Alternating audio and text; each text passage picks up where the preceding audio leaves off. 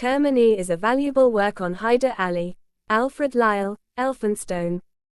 Abi Dubdwar and P. Exto refer to the activities of Hyder Ali and Tipu Sultan. The historian of modern Karnataka is not very much confronted with the paucity of the sources. The official records of the English, French, Dutch, and the Portuguese, travelogues, and memoirs of public men yield rich information. The Marathi records, popularly known as Peshwa Defters, give useful information. The newspapers and periodicals serve as an important source for the reconstruction of Karnataka history from the 19th century onwards. Archaeological sources. K.N. Dixit rightly remarks that archaeology is a handmaid to history, but this handmaid is thoroughly faithful and can be relied upon the bear to the torch to correctly to the dim recesses of long-forgotten passages of history. As archaeology means the systematic study of antiquities and the weaving of the earliest history of nations and peoples from the remains of buildings, burial places, implements and ornaments belonging to periods of which we have few or no written records, its importance to history as a valuable source can hardly be exaggerated.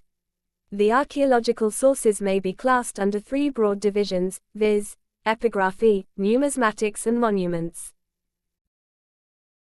Epigraphy. Epigraphy studies inscriptions or writings engraved on some object. The historian of ancient Karnataka attaches highest value to inscriptions as they constitute the prime source of information. We are chiefly dependent on inscriptions not only for the political history but also for literary, religious, social, economic and administrative developments. But the inscriptional evidence can by no means be regarded as definite or as conclusive.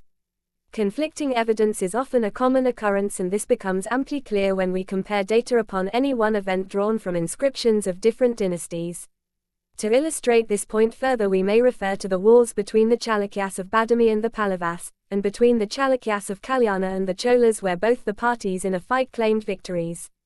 Therefore, the historian has to exercise great care in solving these conflicts and reaching probable conclusions. For the study of history, inscriptions are found in such languages as Brahmi, Prakrit, Sanskrit, Kannada, Tamil and Telugu. The minor rock edicts of Asoka found at Brahmagiri, Jatinga Ramesvara and Siddhapura in Chitradurga district and Maski and Gavamatha Palkagunda in Raika district are the earliest. These inscriptions do not contain any information useful to Karnataka history. During the period after Asoka till the time of Kadamba Mayuravarma, inscriptions were issued in Prakrit. The Satavahana inscriptions are composed in Prakrit language and Brahmi script. Prakrit yielded place to Sanskrit during the 4th, 5th centuries AD. Like most of the Indian inscriptions, Karnataka inscriptions also are records of religious endowments or secular denominations. They record the grant of land either to religious institutions or individuals. The records clearly indicate the boundary of the lands so gifted. Since the grants were composed in Sanskrit language, they could not be easily understood by the common men, and this sometimes occasioned boundary disputes. To overcome these difficulties, inscriptions began to be composed in regional languages such as Kannada and Telugu. The earliest known Kannada inscriptions so far discovered is the Halmidi inscription, in Hassan district, assigned to the middle of the 5th century AD. Inscriptions composed wholly in the local speech becomes popular from about the 11th century onwards, but Sanskrit was not discarded. Inscriptions are of two types, lithic records or stone inscriptions and copper plates. In Karnataka, stone inscriptions outnumber the copper plates, but for the study of the ancient history of Karnataka, the copper plates constitute the prime source of information. The complete history of the Eastern Chalukyas and much of the Western Chalukya history are constructed on the basis of the inscriptions. Inscriptions supply valuable data for the study of political history.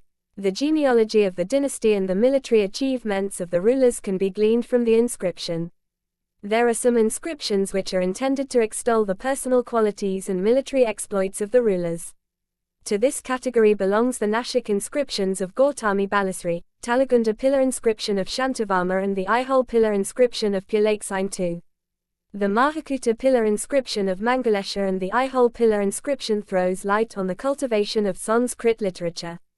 The extent of the land and the yield mentioned in the land grants are valuable to economic history.